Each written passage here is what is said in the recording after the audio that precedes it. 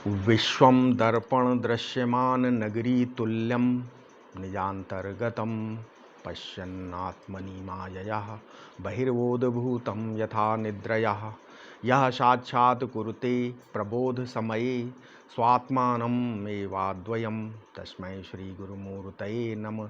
इदं श्रीदक्षिणामूर्तये अशुभानि निराचष्टे तनोति शुभसन्तितं स्मृतिमात्रेण यत् पुंसां ब्रह्म तन्मङ्गलं परम् अतिकल्याणरूपत्वात् नित्यकल्याणसंश्रयात् स्मर्तॄणां वरदत्वाच्च ब्रह्म तन्मङ्गलं विदुः। ओम। पिछले वीडियो में हमने बताया कि कैसे कर्म के बारे में बताया था ना, तो उसमें कर्म और अब इसमें थोड़ा सा रह गया था। पिछले वीडियो में कर्म का थोड़ा सा पार्ट रह गया था, हम ये बता रहे थे। उसके बाद फिर हम साधन के रूप में विचार करेंगे। ठीक है, पहला हम ये बता रहे थे कि कर्म और ज्ञान के फलों में भी विरोध है। ठीक है, कर्म साध्य का निर्माण करता है परंतु ज्ञान सिद्ध वस्तु का साक्षात्कार कराता है। अभी जो कर्म से जो वस्तु प्राप्त होती है वो साधन के अनुरूप उत्पाद्य होती है। ठीक है, हम अब क्या है, इन पांच प्रकार के जो होते हैं, ठीक है, अब इन पांचों में से किसी एक प्रकार की होती है उत्पाद्य। तो पहला क्या है, जैसे मान लीजिए कर्म, कैसे कर्म पांच प्रकार, जैसे कर्म में पांच चीज़ें होती, क्या, पहला उत्पाद्य, दूसरा आप्य, तीसरा विकार्य, चौथा संस्कार और पांचवा विनाश्य। ये कर्म में पांच चीज़ें पैदा होती। पहला उत्पाद्य। ठीक है, उत्पाद्य माने, मान लीजिए पहले ये मोबाइल नहीं था, मान लीजिए, है ना। अब ये कर्म से, ये कर्म करके ये अस्तित्व में आ गया मोबाइल, ये हो गया उत्पाद्य। ठीक है, आप पे, दूसरा आप पे कर्म, किसी दूसरे के कर्म से, मतलब किसी दूसरे ने ये मोबाइल बनाया है ना, उत्पन्न हुई वस्तु, और उपयोग हम कर रहे हैं। तो ये क्या है, उधार का सौदा है ना। आपने तो बनाया नहीं, ये मोबाइल और किसी ने बनाया, लेकिन आप उपयोग कर रहे हैं, ये हो गया आप पे। अब विकार्य क्या है, विकृत हो जाने वाला है, मतलब ये अब जैसे ये हुआ, ये खराब हो जाएगा एक दिन। अब जब इसका उपयोग आप करते रहोगे तो इसको मान लो पानी में चला गया या धूप में रख दिया तो क्या हो जाएगा, ये खराब हो जाएगा। तो ये क्या, इसका परिणाम क्या हो गया, खराब हो जाएगा, गल जाएगा। तो इसको हो गया विकार्य है, इसका मतलब। और चौथा है संस्कार, माने जिसका संस्कार किया जा सके। मान लीजिए मोबाइल है, बहुत दिनों से रखा था, उसमें मिट्टी लगी है सब चारों तरफ, आपने जो है उसको बढ़िया लेके साफ़ कर दिया, साफ़ करके ऊपर कोई मतलब जो कवर लगा दिया बढ़िया, जिसमें है कोई फ़ोटो वगैरह लगी है। तो ये जो चित्रण आपने किया, इसके ऊपर फ़ोटो लगा दी या कोई कवर लगा दी, ये क्या है, इसका मतलब ये संस्कार है। ठीक है, और पांचवा विनाश, अर्थात जो नष्ट हो जाए। मान लीजिए ये है, अब ये हाथ से नीचे गिर जाएगा, चलते हुए टूट जाएगा, इसका मतलब ये मोबाइल नष्ट हो जाएगा कि नहीं हो जाएगा। अभी कोई आया, कोई इसमें बच्चा आया, उठा के पटक दे, मान लिया डंडा मार दे, कुछ मार दे, तो क्या हो जाएगा। तो ये जो मान लिया कोई बच्चा आया, उसने पटक दिया, ये डंडा मार दिया, इसमें लकड़ी मार दिया फट से, तो टूट गया। तो ये जो कर्म है, मारना या गिरना, है ना, गिरा देना, ये फल, इसका फल क्या है, घट का विनाश। तो घट विनाश है, समझ गए। तो ये पांच चीज़ें हर एक कर्म में रहती हैं। इसलिए हम कहते हैं कि, इसलिए कहा गया कि धर्म, उपासना, योग आदि का फल इन्हीं पांचों में मिलता है। ये जो पांच चीज़ें बताई, इसमें चाहे आप धर्म करो, चाहे उपासना करो, चाहे योग करो, इनका फल जो है, ये पांच चीज़ें जो ऊपर बताई उसी में मिलता है। जैसे समाधि में वृत्ति की स्थिरता रूप है कि नहीं, समाधि है, स्तर जो वृत्ति की स्थिरता रूप समाधि है। तो क्या है, ये क्या हो गई, इसमें दो हो गए भाई। पहली चीज़ ये उत्पाद्य हो, उत्पाद्य क्योंकि आपने बनाई ना समाधि, और दूसरा ये विनाश्य है, विक्षेप भी होगा। ठीक है, अच्छा, मान लीजिए ज्ञान से जो वस्तु मिलती है वो पहले से ही विद्यमान है। मान लीजिए आप ज्ञान से आपको कोई चीज़ मिली, तो कोई नई चीज़ नहीं पैदा की, वो ऑलरेडी विद्यमान है, कोई नई वस्तु का निर्माण नहीं होता, इसलिए उत्पाद्य नहीं है। ठीक है, इसलिए ज्ञान उत्पाद्य नहीं है, ज्ञान सदैव वर्तमान में है, इसलिए ज्ञेय आप पे नहीं होता। ठीक है, मतलब वो दूसरों के कर्म पे नहीं निर्भर है। ज्ञान से वस्तु में विकार नहीं होता है और ना ही संस्कार होता है, अतः ज्ञान का फल विकार और संस्कार नहीं है। ज्ञान से वस्तु नष्ट नहीं होती, ज्ञान का फल विनाश से भी नहीं होता। ठीक है। अब मान लीजिए जैसे आप बोलते कि न्यूटन ने गुरुत्वाकर्षण की खोज की, तो गुरुत्वाकर्षण की खोज क्या की? गुरुत्वाकर्षण ऑलरेडी ग्रेविटेशनल फोर्स थी, ठीक है, उसको उन्होंने जाना, इसी को तो खोज बोलते हो। उन्होंने गुरुत्वाकर्षण बनाया नहीं ना। अब हमारी इस बात समझ रहे हैं। तो ज्ञान सिद्ध वस्तु का साक्षात्कार कराता है, अतः मोक्ष केवल ज्ञानैक गम्य है और वो आत्मा के ब्रह्मत्व के अज्ञान की निवृत्ति मात्र ही होती है। ठीक है। तो इसलिए आत्मा जो कर्म है ना आत्मज्ञान है, ठीक है, और ना हम क्या बोल रहे थे, कर्म आत्मज्ञान का साधन है और ना फल। ये हम बोल रहे थे कर्म ना तो आत्मज्ञान का साधन है और ना ही फल। ठीक। कर्म की उपयोगिता मात्र कहाँ तक है? उसकी उपयोगिता है बट मात्र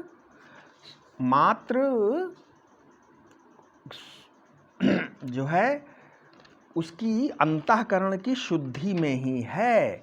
शास्त्र में जहाँ ज्ञान के बाद कर्म की चर्चा है कई जगह, वहाँ सांसारिक विषयों मतलब व्यवहार के संबंध में ये बात कही गई है। यदि कर्म से ज्ञान होता तो भामतीकार का प्रश्न है कि कर्म में कौन सा प्रमाण है? प्रश्न उचित है, क्योंकि कर्म में प्रमाण क्या? क्योंकि ज्ञान प्रमाण से ही होता है। कर्म कौन सा प्रमाण है बताइए? प्रत्यक्ष है, अनुमान है, उपमान है, अर्थापत्ति है, अनुपपत्ति है, शब्द है, एति है, संभव है, चेष्टा, क्या इनमें से कर्म कौन सा प्रमाण है? स्पष्ट है कि कर्म कोई प्रमाण नहीं है, वो निर्माण है। कर्म से प्रकाश नहीं निर्माण होता है। अंतःकरण की शुद्धि में कर्म उपयोगी है, प्रयोजनी नहीं है, किंतु अपरिच्छिन्न ब्रह्म के दिग्दर्शन से एकमात्र ज्ञान ही साधन है। ठीक है। भामतीकार का वचन है, कह रहा वस्तु सिद्धि विचारेण न क्वचित कर्म कोटि भी है। मतलब वस्तु की सिद्धि विचार से होती, करोड़ों कर्म से भी कभी नहीं हो सकती। ठीक है। यहाँ तक हो गया। अब चलिए, अब साधन जो हमारा अगला, वो जिसके बारे में बात करना चाहते, अगला क्या है? अगला वेदांत में है साधन विचार। ठीक है। अब ये साधन, अब प्रश्न ये है कि आत्मा है मान लो, अब उसको ब्रह्म जानने का साधन क्या है? उसके लिए क्या करें हम? क्या छोड़ें, क्या ग्रहण करें, कौन सी ध्यान धारणा करें, समाधि लगाएं, हैं क्या करें? ब्रह्म ज्ञान के लिए समाधि साधनों की आवश्यकता है, समाधि की आदि की साधनों की आवश्यकता है भी कि नहीं है? ठीक है। अब एक पक्ष कहता है बिना कुछ किए कोई अवस्था स्थिति ज्ञान प्राप्ति नहीं हो सकता। ठीक है। एक पक्ष कह रहा केवल ब्रह्मात्मक बोध की चर्चा अथवा विचार करने से ब्रह्म ज्ञान नहीं हो सकता, कुछ लोग बोलते हैं, उनको कुछ करना है। अब दूसरा पक्ष क्या कहता? कर्म से जो भी अवस्था स्थिति ज्ञान प्राप्त होगा वो विनाशी होगा। यदि किसी साधना के परिणाम स्वरूप ब्रह्म ज्ञान की प्राप्ति हो तो तद्रूप मोक्ष भी अनित्य होगा। अनित्य मोक्ष निश्चय ही वेदांत का प्रयोजन नहीं है। अतः ब्रह्म ज्ञान के लिए किसी अन्य साधन की आवश्यकता नहीं है, स्वयं ज्ञान ही साधन है। अब इसमें निर्णय क्या है? दो मान लो पक्ष हैं। ये ठीक है कि मोक्ष आत्मा का स्वरूप है तथा आत्मा और ब्रह्म की एकता ज्ञान साधन साध्य नहीं है, किंतु हम पूछते हैं क्या आत्मा साधन साध्य नहीं है? ठीक है। ये ज्ञान आप में उदित कैसे हुआ? इसके उदय के लिए अंतःकरण की पूर्व तैयारी तो आवश्यक ही है ना। पहले आप ये समझें कि साधन से क्या मिलता है और ज्ञान से क्या मिलता है। ठीक है। साधन साध्य के लिए होता है, साध्य का प्रागभाव मतलब उत्पत्ति से पहले अभाव और प्रध्वंसाभाव, नष्ट होने के बाद अभाव भी होता है, क्योंकि स्वयं साधन का वही स्वभाव है। किंतु जो वस्तु नित्य सिद्ध होती है उसकी प्राप्ति केवल ज्ञान से होती है। साधन से अनित्य साध्य मिलता है तो ज्ञान से नित्य सिद्ध वस्तु मिलती है। यही साधन और ज्ञान का भेद है। तो जो वस्तु पहले से विद्यमान रहती है वो केवल अज्ञान से ही अप्राप्त रहती है। अज्ञता ही उसकी अप्राप्ति है। उस वस्तु का ज्ञान उसमें सिर्फ ज्ञातता उत्पन्न करके उसे ज्ञाता को प्राप्त करा देता। ज्ञान केवल अज्ञान को दूर करता है, वस्तु में कोई नवीनता उत्पन्न नहीं करता। ठीक है, समझ गए नहीं समझ गए? अभी इसमें अब वस्तु के बोध में ज्ञान कैसे हो? केवल प्रमाण से हो सकता है, उसमें अन्य साधन की अपेक्षा नहीं रखता ज्ञान। ठीक है, प्रमाण के अलावा। जैसे रूप, आपको रूप ज्ञान, अब जैसे मान लीजिए ये आपको पेन देखना है तो उसके लिए क्या चाहिए? उत्तम नेत्र चाहिए, स्वच्छ। ठीक है, और प्रमेय वस्तु उसी तरीके, मान लीजिए प्रमेय वस्तु है, मान लो ब्रह्म है। अब ब्रह्म को कैसे जानेंगे? तो ब्रह्म के साक्षात्कार के लिए केवल शुद्ध प्रमाण, प्रमाण वृत्ति क्या है? प्रमाण वृत्ति क्या है? जैसे तत्वमसि आदि महावाक्य जन वृत्ति चाहिए, बस। उसमें न कर्म चाहिए, न उपासना चाहिए, न योग चाहिए, न समाधि चाहिए। हम ये समझाना चाहते, समझिए इसको। किंतु जैसे नेत्र में रोग हो गया, मान लो कोई नेत्र में, मान लीजिए होता है ना, जैसे आपको कम दिखाई देना, झिलमिला दिखाई देने गया है ना, तो उसमें क्या है? उसको अब औषधि ली, या आजकल तो क्या बोलते क्या हो गया, बोलते दिखाई नहीं दे रहा, जो लोग वृद्ध हो जाते हैं कभी कभी, तो उसमें छोटा सा ऑपरेशन करके लेंस डाल दिया गया। ठीक है, तो ये औषध है। तो औषध केवल रोग निवृत्ति के लिए, आँख की देखने की शक्ति उत्पन्न करने में नहीं है। ठीक वैसे ही जिस अंतःकरण में प्रमाण वृत्ति उदित होती है, उसमें बाह्य कर्मों और आंतर वासनाओं द्वारा उत्पन्न केवल मल विक्षेप रूप रोग की निवृत्ति के लिए ही साधन की आवश्यकता है, समझे? उसमें केवल रोग की निवृत्ति के लिए ज्ञान, ब्रह्म जिज्ञासु को भली भांति ये समझ लेना चाहिए कि शास्त्रोक्त सभी साधनों का प्रयोजन मोक्ष संपादि का प्रमाण वृत्ति के आश्रय अंतःकरण के रोग की निवृत्ति में ही है, सीधे ब्रह्म ज्ञान की उत्पत्ति में नहीं है।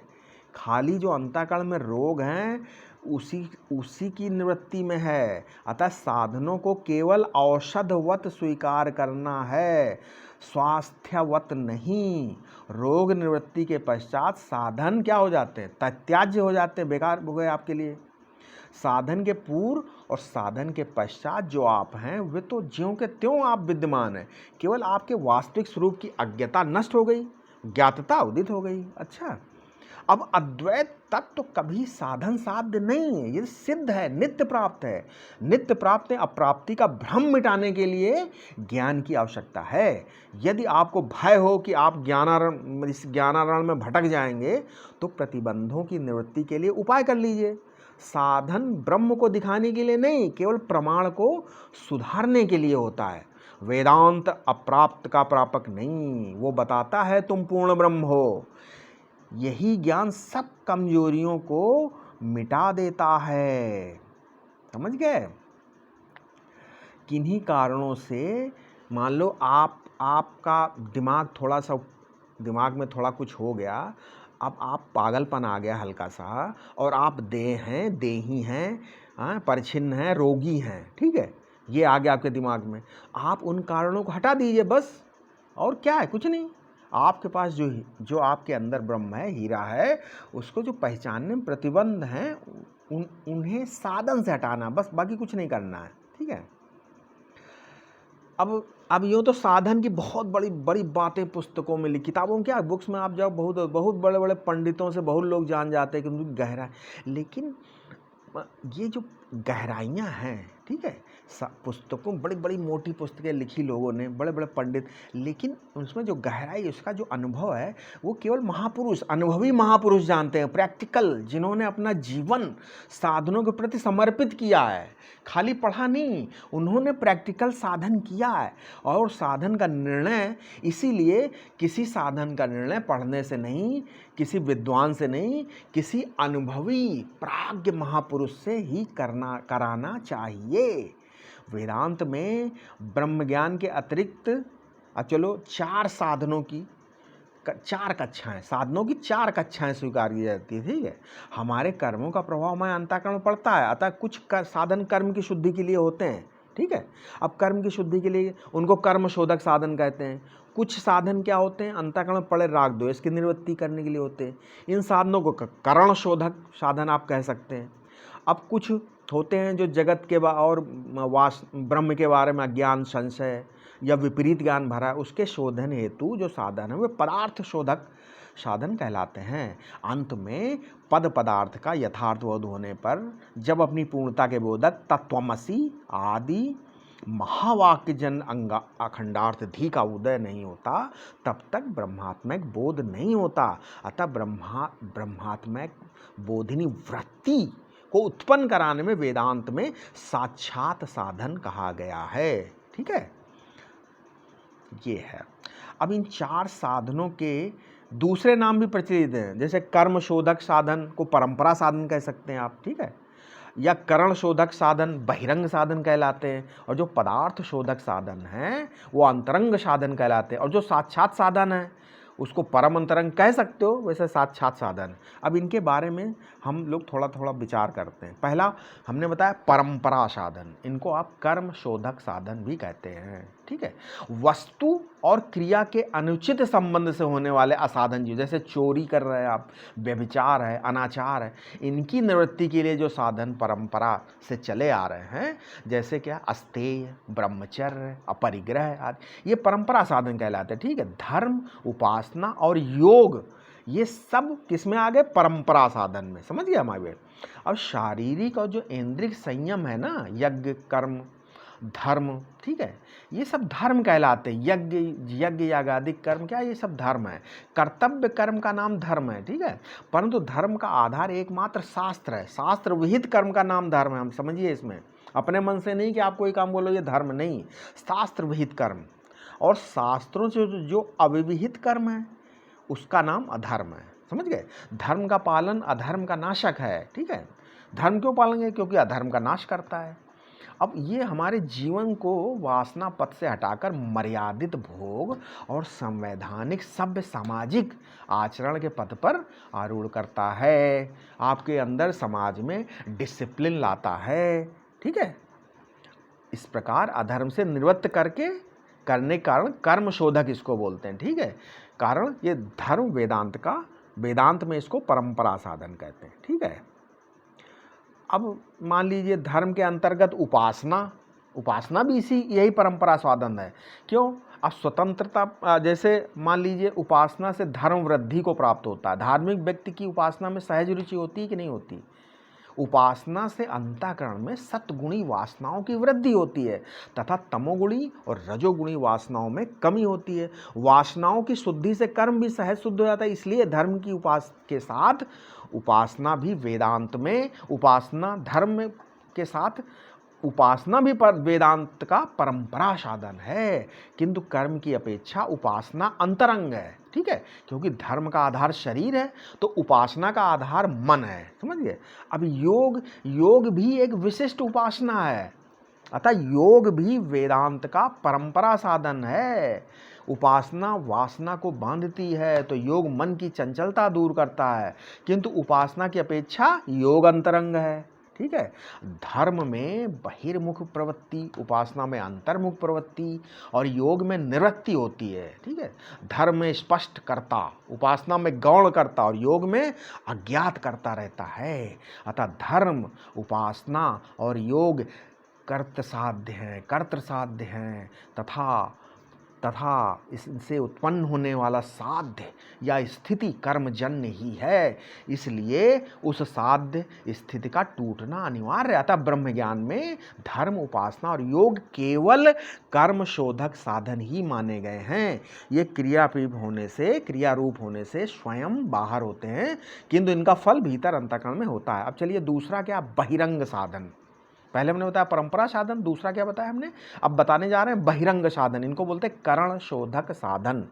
इसमें क्या? जैसे विवेक हम जो बता चुके हैं, वैराग्य, घट संपत्ति और मुमुक्षा, ये जो साधन चतुष्टय जिनका वर्णन मैंने पिछले वीडियो में किया है, ये सब बहिरंग साधन है। ठीक है, परंपरा साधनों से के देखा है तो उससे अंतरंग है, परंतु श्रवण, अब आगे हम बताएंगे, श्रवण मनन निध्यासन की अपेक्षा से ये बहिरंग, अतः इनकी गिनती बहिरंग साधनों में भी हो सकती है। होती है। अंतःकरण में जो अविवेक है, भोगाशक्ति, इन दोषों को मिटाने के कारण साधन चतुष्टय को करण शोधक साधन माना जाता है।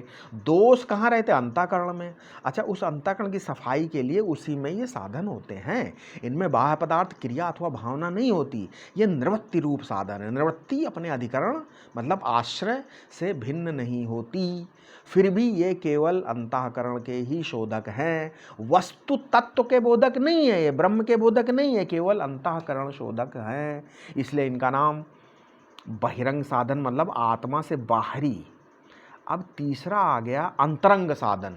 ये क्या है? बोले पदार्थ शोधक साधन है। वेदांत का हमने पहले बताया कैसे सुनना है। वेदांत का गुरुमुख से श्रवण, तदंतर उसका मनन और निधिध्यासन ये क्या? अंतरंग साधन कहलाते हैं। ठीक है, ये वस्तु ब्रह्म के स्वरूप को लक्ष्य करते हैं। वेदांत में पद हमने बताया था, पद का अर्थ का नाम पदार्थ है। जैसे तत्त्वमसि, ये एक वेदांत महावाक्य है, ठीक है, वेद का, जिसका अर्थ है तू वह है। अब इसमें दो पद हैं, एक तत् एक त्वम, है कि नहीं? तत् त्वम असि मतलब एक तत् और एक त्वम, ये दो पद हैं। इनमें तद पदार्थ क्या है? अब ये तत् पदार्थ क्या है? जगत कारण ईश्वर। और त्वम पदार्थ क्या है? कर्ता भोक्ता संसारी परिच्छिन्न जीव। और जो इसमें असि है, अस इन पदे दोनों, असि क्या? इन दोनों पदार्थों की एकता को सूचित करता है। तत्त्वमसि, हम आगे इसको समझेंगे। इस प्रकार गुरुमुख से सत संप्रदाय की रीति से वेदांतों में जो उपर्युक्त दो पदार्थों की एकता का निश्चय है, यही श्रवण है, पहले बताया हमने। फिर जैसा सुना है उसके द्वारा अभेद साधक और भेद बाधक युक्तियों से ब्रह्म का चिंतन करना मनन है। तदंतर बुद्धि वृत्ति का निश्चय किए हुए जो ये अद्वैतार्थ है, उसमें अद्वैतार्थ में प्रवाह और विजाती वृत्तियों का तिरस्कार, ये निधिध्यासन कहलाता है। निधिध्यासन की परिपक्व अवस्था ही वेदांत की समाधि है। योग की समाधि या तो परंपरा साधन है या षट खट संपत्ति के अंतर्गत समाधान की कक्षा में होने से बहिरंग साधन के अंतर्गत है। ठीक है, इनका हम इन सब का वर्णन हम आगे बीच बीच में करते रहेंगे। योग है, उपासना क्या है ये, ठीक है। तो अब ये, लेकिन अब आइए फिर बोलते श्रवण मनन और निध्यासन ज्ञान भी साक्षात साधन नहीं है, परंतु वस्तु का लक्ष्य कराने के कारण ये अंतरंग साधन कहे जाते हैं। वेद का तात्पर्य अभेद ब्रह्म के प्रतिपादन में या भेद के प्रतिपादन में, ये जो प्रमाण माने वेद के संबंध में संशय है, वो श्रवण से दूर हो गया। ठीक है, ब्रह्म का हमारे साथ जो संबंध है भेद का ही है, अभेद का नहीं है। ये जो बुद्धि में असंभावना है वो मन से दूर होगी। अब वेद प्रमाण है ब्रह्म के विषय में, क्या प्रमाण? वेद। इसलिए वेद प्रमाण है, ब्रह्मात्मक बोध प्रमेय है। आप समझिए, वेद प्रमाण है, जो ब्रह्मात्मक बोध है वो प्रमेय है। तो प्रमाणगत संशय श्रवण से दूर होता है और प्रमेयगत संशय मनन से दूर होता है। किंतु प्रमाणगत संशय और प्रमेयगत संशय असंभावना दूर हो जाने पर भी पूर्व जो अविद्याकालीन अभ्यास है उसके कारण देह में जागतिक पदार्थों की सत्यता और ब्रह्म की अन्यता का भ्रम बार बार आएगा आपके सामने। तो इसको विपर्य या विपरीत बुद्धि बोलते हैं। अब बुद्धि का ये विपर्य दोष किससे होता है? निधिध्यासन से दूर होता है। तो यदि कोई साधक इतना है जिसके अंदर कोई प्रतिबंध नहीं, वो केवल श्रवण मात्र से ही कृतकृत्य हो जाता है, क्योंकि वहाँ वस्तु अप्रोच होती है, वहाँ श्रवण मात्र से अप्रोच ज्ञान ही होता है। परंतु जहाँ वस्तु परोक्ष होती वहाँ श्रवण से परोक्ष ज्ञान होता है, तथा वस्तु को प्राप्त करने के लिए अन्य साधन अपेक्षित हैं। ब्रह्म सदा परोक्ष है क्योंकि वो अपना आत्मा ही है, समझ गए? उसमें अविद्या न कभी थी, न है, न होगी। तो श्रवण से केवल प्रतीतिक अविद्या की निवृत्ति हो जाती है। ठीक है, अब इसमें थोड़ा सा अलग अलग, जैसे हमने बताया कि विवरण प्रस्थान और भांति प्रस्थान में थोड़ा सा भेद है। शब्द के अप्रोच, अब वो बोलते हैं कि शब्द से अप्रोच ज्ञान या वृत्ति से उपहित का ज्ञान या शुद्ध का। अद्वैत संप्रदाय में ये दोनों अपनी अपनी प्रक्रिया में वो हैं, ठीक है, इनका इसमें कोई ऐसा वो नहीं है। ठीक है, अब क्या करना है?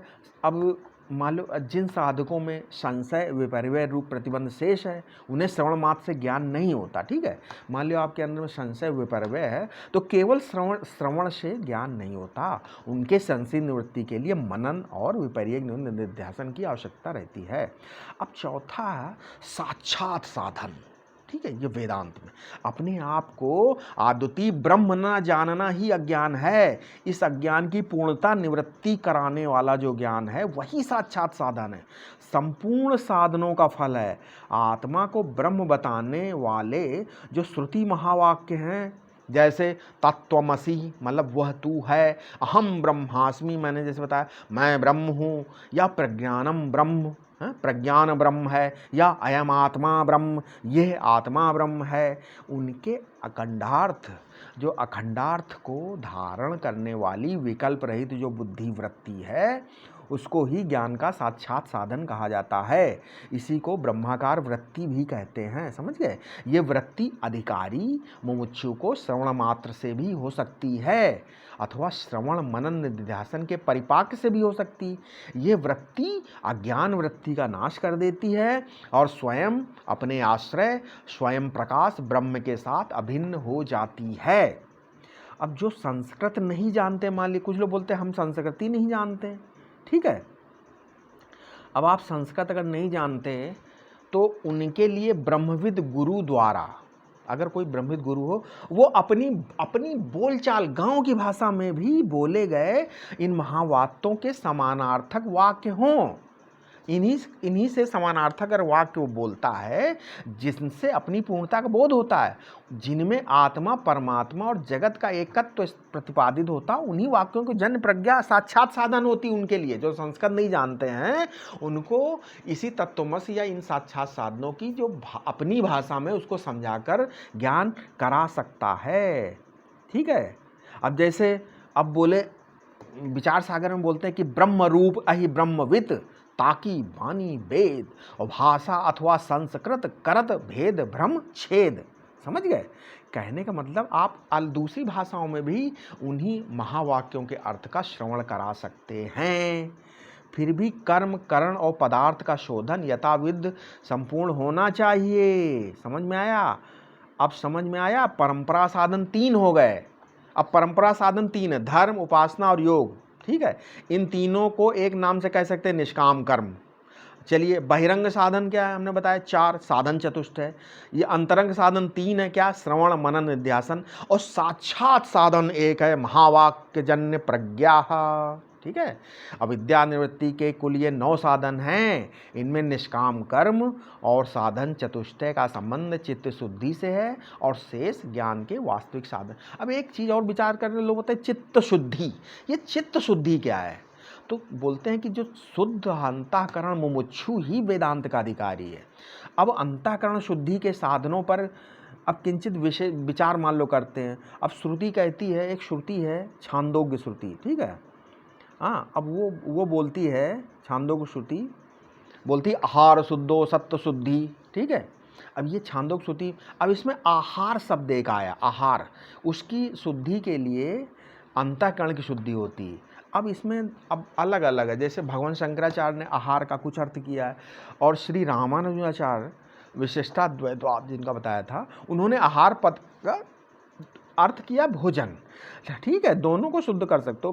भगवान शंकराचार्य ने बोला जो आहार शुद्धो सत्य शुद्धि, ये क्या है, उन्होंने बोला आहार का अर्थ लिया कि आहियत, ठीक है, आहियत इत्याहारः, ठीक है, शब्दादि विषय ज्ञानम, मतलब भोक्ता के लिए, भोग के लिए जो भी शब्द स्पर्श रूप रस गंध का ज्ञान है वो सब आहार है, उन्होंने बोला। ठीक है, उस विषय विज्ञान की शुद्धि ही आहार शुद्धि है।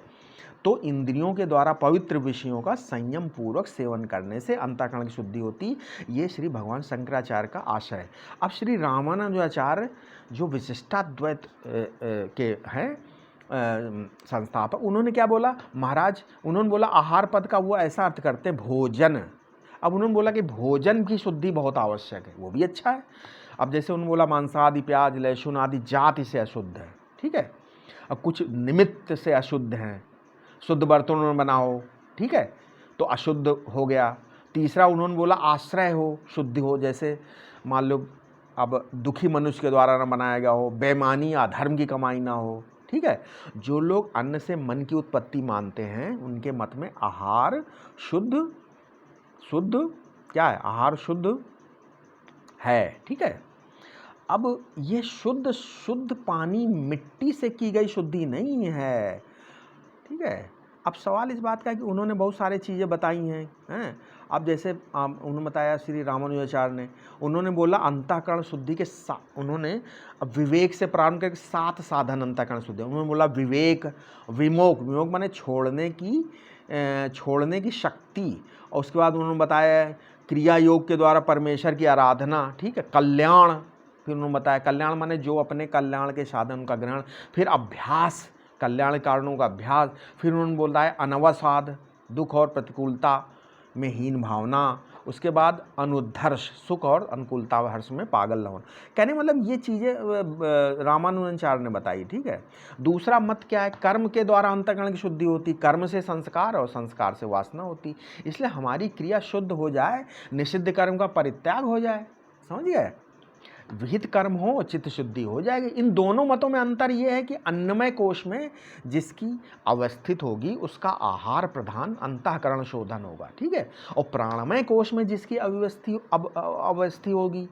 होगी उनका अंतःकरण शोधन क्रिया प्रधान होगा। ठीक है, कर्म में भी वो कर्म करनी है जिसे करते हुए ग्लानि ना हो, अपने तृप्ति और पवित्रता का अनुभव हो। अब तीसरा मत ये भी हो सकता है कि चित्त शुद्धि, वृत्ति शुद्ध होने से अंतःकरण की शुद्धि है। अंतःकरण विज्ञान में है तो वासनात्मक है। ठीक है, तो वो भी हो सकता है। इष्ट को अब उपासना में इष्ट को छोड़कर शेष 49 इच्छाएं भी निवृत्त हो जाती हैं। अब लोग चौथा मत बोलते संपूर्ण वासनाओं को अभिभूत करके समाधि प्राप्त करनी चाहिए, ये योग मार्ग है। ठीक है, चित्त को सर्वथा निर्विषयक बना देना, न मन में विषय आएगा न शुद्धि आएगी। दोष तभी होते हैं जब अंतःकरण सविषय होगा। मन में जब पुरुष स्त्री काम है, धन लोभ है, शत्रु है, द्वेष है, ठीक है, तो ये सब होगा। तो ब्रह्मचर्य में स्त्री या पुरुष की अपेक्षा नहीं है, अतः ब्रह्मचर्य निर्विषयक है। इसी प्रकार संतोष, शांति, निर्मोह सब निर्विषयक है। वास्तव में अंतःकरण की शुद्धि एक ही सद्गुण है, वो है शांति। इसी शांति का नाम है ब्रह्मचर्य। संतोष आदि सद्गुणों के नाम अनेक नाम तो दोषों के व्यावर्तक भेद से कल्पित हैं। जैसे काम का व्यावर्तक क्या, ब्रह्मचर्य, और लोभ का व्यावर्तक संतोष है। अब पांचवा मत भी हो सकता है कि भाई अंतःकरण न अन्नमय है, न प्राणजन्य है, न कर्मजन्य, न मन की सत्ता ही नहीं है, ये न बाहर है न भीतर है, तो इसके लिए एक प्रयत्न करने की बोलते हैं कि जरूरत नहीं है। यदर्थ प्रतिभानम तन्मन इत्यभिधीयते, विषय की प्रतीति को ही मन कहते हैं। अब जहाँ अन्य रूप से विषय की प्रतीति, वहाँ चेतन को ही मन कहते हैं। ठीक है, अन्यथा रहित विषय की प्रतीति है, वहाँ मन को ही चेतन कहते हैं। अतः मन में शुद्धि विषयक प्रतीति का नाम अंतःकरण की शुद्धि है, और अशुद्धि प्रतीति का नाम अंतःकरण की शुद्धि है। हम केवल शुद्ध का चिंतन करें। चलिए, शुद्ध माने जिसमें दूसरी वस्तु मिली न हुई। इस प्रकार अद्वैत ब्रह्म का चिंतन ही अंतःकरण की शुद्धि है। अरे तुम्हारा अंतःकरण जन्मजात शुद्ध है, जिसमें जितने समय तुम परमात्मा का चिंतन करते हो उतने समय तुम्हारा अंतःकरण शुद्ध रहता है, और जितने समय संसार का चिंतन करते हो उतने समय अशुद्ध रहता है। बहुत दिनों तक अभ्यास करोगे तब अंतःकरण शुद्ध होगा, ऐसा नहीं है भाई कि बहुत दिनों अभ्यास करते तब ऐसा नहीं है। परमात्मा के चिंतन में लगो, बस अंतःकरण शुद्ध हो गया। चिंतन के अतिरिक्त अंतःकरण कुछ है ही नहीं। अंतःकरण क्या, चिंतन। इस प्रकार शुद्ध परमात्मा का चिंतन प्रारंभ करते ही तुम शुद्ध अंतःकरण होने के कारण वेदांत श्रवण के अधिकारी हो गए। ठीक है, अब इसके आगे वीडियो में है, हम बताएंगे वेदांत में अध्यास क्या होता। अध्यास ये थोड़ा कठिन विषय है, इसको समझाने में थोड़ा आगे 1-2 वीडियो हो सकता लग जाए। अध्यास, ठीक है। अब